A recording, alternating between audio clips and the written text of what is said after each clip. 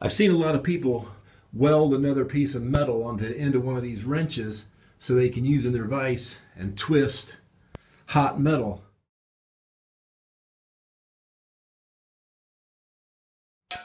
So what I did, I got this railroad spike and I cut this tip off of it. So the plan is I'm going to weld it right there so I can have me a twisting handle. Or a twisting wrench. I don't know what you really call them. But it'll make life easier when twisting stuff like, you know, like this kind of stuff. Anyway, that's the plan. I don't have a welder, so we got to go to the welding shop, Owen.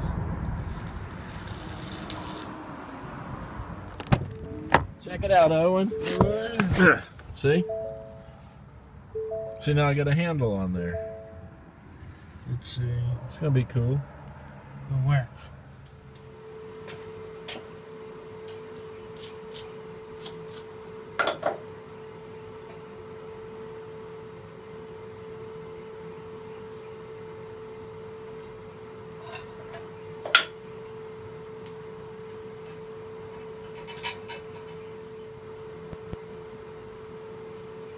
Oh, yeah.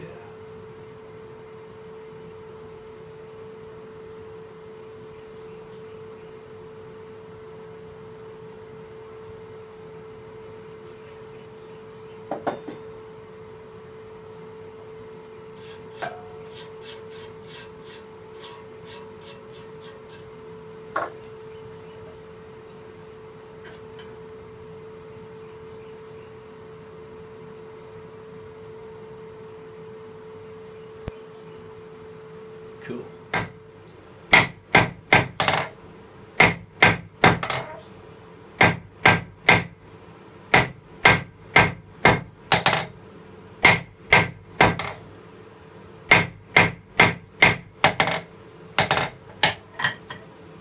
See, I put two more.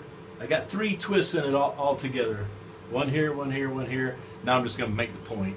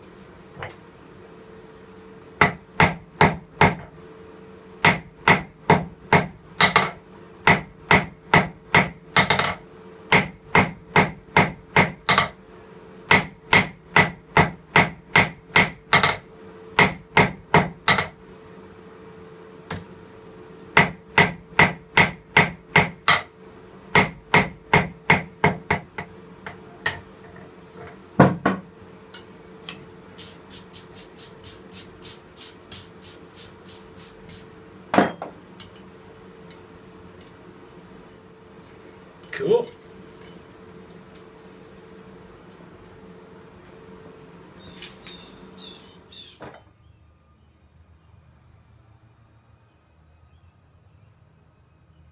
That's cool. I can use this for pot hook. I can use it for a skewer to cook some veggies and stuff. That's why I put these twists in it. You know, maybe it'll hold the vegetables on there better. And then of course I pointed the end. Anyway, it works a lot. So you got a lot more control with the twist with that additional handle on there. So hey, it might look ugly, but it didn't cost me 69 bucks. You know, I mean, I already had the railroad tie, and I bought these. I mean, not railroad tie, railroad spike. I bought these a long time ago, man. I think for 10 bucks. But anyway, that's my homemade twisting wrench. And that's the first thing I made with it. Anyway, see you later.